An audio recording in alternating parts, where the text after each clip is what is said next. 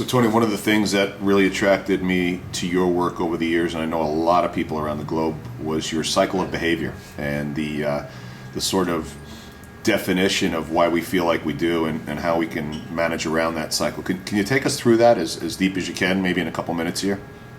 Sure. The fastest I've ever done cycle of behavior actually was 17 minutes. Oh shit! During a SWAT course. That was the fastest. We had 20 minutes to finish the class, and I said I'm going to do this, and it was a world record. Usually this is 45 minutes, but what I'll do is I'll run us as much as I can. Basically, cycle of behavior is kind of one of those higher level metacognition principles. Metacognition meaning I've got a deeper understanding of how I think, and a bigger grasp of how I make decisions and how I absorb and manipulate myself.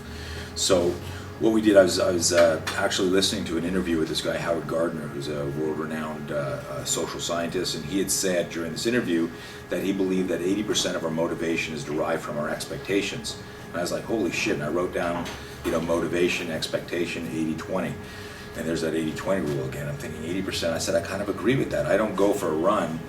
I'm not a good runner, but I do run and I sprint and I work out because I'm thinking about the outcome and the benefit of doing it. But if somebody said to me just out of the blue, hey, do you feel like going for a run? I don't want to. So, so I wrote this down. I started thinking, yeah, the expectation is really what fuels that motivation. And then I started thinking about, well, what is an expectation? And an expectation is something that you see. You visualize an expectation. If I said to you, hey, you're going to, if you fight this guy, you're going to lose. You're going to be humiliated, and your whole career is over.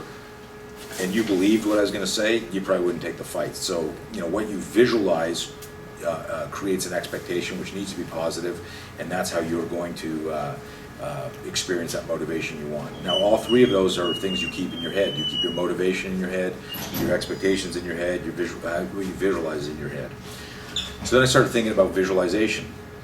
I said, well, where does that originate? And I wrote this little chart called, it turned out to be what we call a fear loop.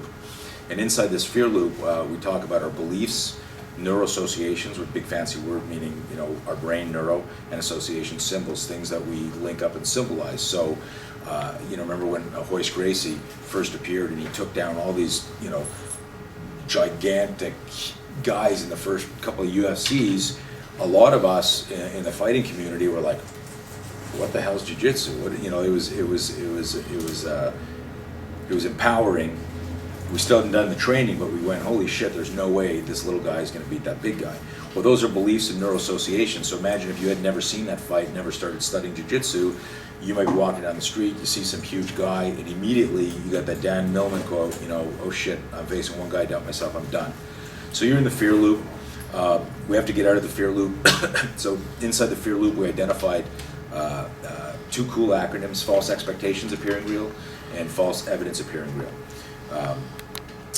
By the way, that was the cameraman's fault. That wasn't me. I didn't quickly fall out of my chair.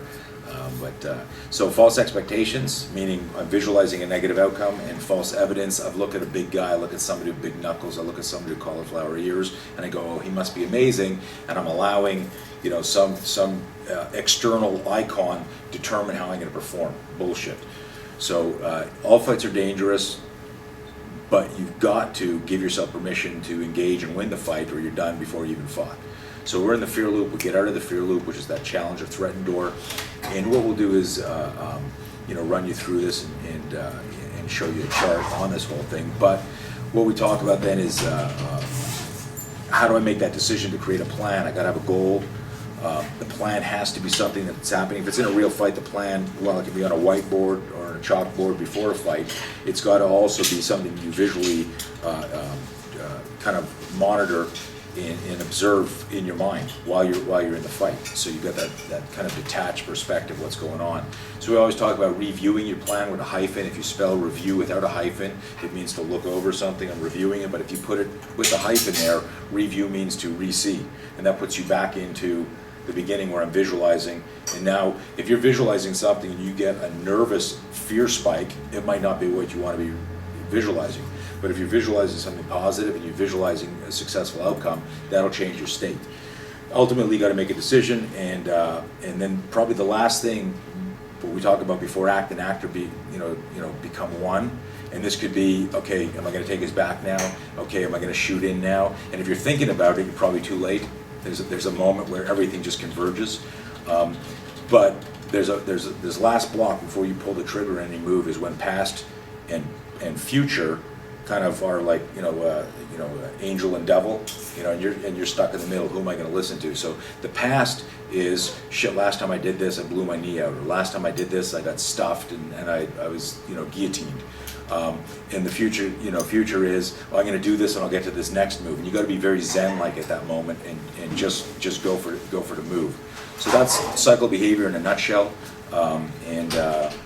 You might get a bunch of questions on that. We could drill it down a little bit further.